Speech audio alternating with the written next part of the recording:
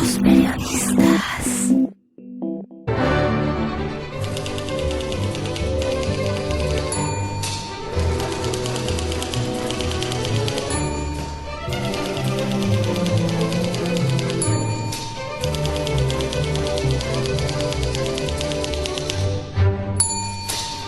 Pocas veces los asuntos de Puebla han trascendido a las primeras planas de diarios internacionales como El País. El caso de Lidia Cacho y el Gober Precioso, la muerte de Marta Erika Alonso y Rafael Moreno Valle, o los casos de robo de combustible, entre otros. Nuevamente, Puebla se fue al orden internacional con la denuncia por abuso sexual contra un militante de Morena, diputado federal y candidato a la reelección, asunto que debe tener preocupados a los talentos del movimiento. Aún no repuestos con el caso de Félix Salgado Macedonio, marcado también por abusos sexuales, los dirigentes se enfrentan a otro asunto en medio de algunas contradicciones. Por ejemplo, dos diputados federales poblanos tuvieron posturas totalmente diferentes, aunque ambos son parte de la 4T. Fernando Manzanilla declaró de inmediato que él propondría el desafuero del legislador en cuestión, mientras Ignacio Mier se deslindó, diciendo que lo que hizo no lo hizo como diputado y él no se metía en la vida privada. Más tarde, 2 días después, rectificaría pidiendo a Morena la destitución de Saúl Huerta Corona como miembro de la bancada de Morena. Quizá el tema de la ley Saldívar le impidió actuar con rapidez.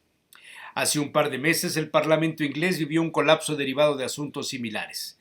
David Steele, ex líder del Partido Liberal Demócrata, anunció su renuncia a la Cámara de los Lores luego de reconocerse su pasividad ante las denuncias por pedofilia de un colega, Cyril Smith, a quien a finales de los 70 se le identificó por abusar de varios adolescentes.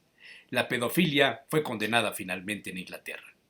O sea, el tema de la pederastia, el abuso sexual, está ligado al poder religioso o político en varios países donde impera la democracia. En algunos se tardan años en actuar y hacer justicia, en otros las complicidades son parte del sistema. Quizá en Puebla pudieron registrarse muchos casos de pederastia o abuso sexual en el sistema tricolor, pero como era absoluto, todo quedaba en familia. Varios casos se pueden contar y algunos actores están vivos. ¿Qué le pasó a Morena en Puebla? ¿Por qué no detuvieron la participación de Saúl Huerta Corona? Quizá porque nunca supieron de sus prácticas, porque nunca lo investigaron, porque nadie ejerció de filtro en la selección de candidatos. Es decir, quizá Huerta Corona llegó hasta donde llegó porque la inexperiencia de los dirigentes no hizo prevenir hechos como este. En la Revolución Francesa fue famosa la participación del llamado duque de Otranto, Joseph Fouché, el policía del Estado que decía de sí mismo: el ministro de policía es un hombre que se ocupa en primer lugar de todas las cosas que le incumben y en segundo lugar de todas las que no le incumben. El papel de Fouché fue altamente practicado en el antiguo régimen mexicano cuando el PRI dominaba el viento, el aire y la vida de los políticos y su acción era muy valorada en momentos cuando se elegían candidatos. En el pasado los candidatos a diputados federales eran propuestos por los delegados del PRI, llevados con la bendición del gobernador, pasados por el tamiz del secretario de Gobernación, evaluados por los mandos militares, por los grupos de poder en el partido, y finalmente el presidente decidía quién era candidato a diputado federal o gobernador. Las técnicas del duque de Otranto eran utilizadas también contra la oposición. Decía Fouché: todo hombre tiene su precio, lo que hace falta es saber cuál es. La investigación política permitía saber de las debilidades de la oposición y se usaba la información cuando era necesario, por ejemplo, en una votación dividida. Pero eso no sucedió en esta última elección. Morena no tenía el poder y necesitó de la suma de varias fuerzas políticas para formar el Frente Común contra el PRIAN. Los resultados están a la vista. López Obrador supera por mucho la aceptación media de los presidentes, pero empieza a cargar con asuntos muy pesados.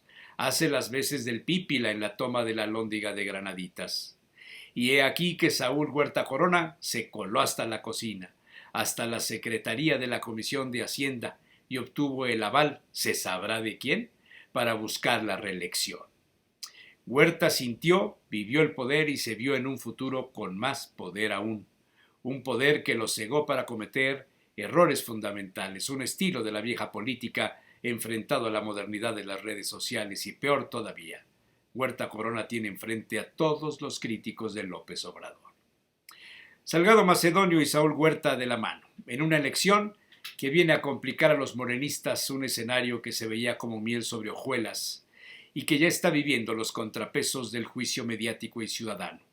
El costo de proteger a los abusadores sexuales puede ser más caro de lo que hemos visto, por no saber las historias de vida de los actores.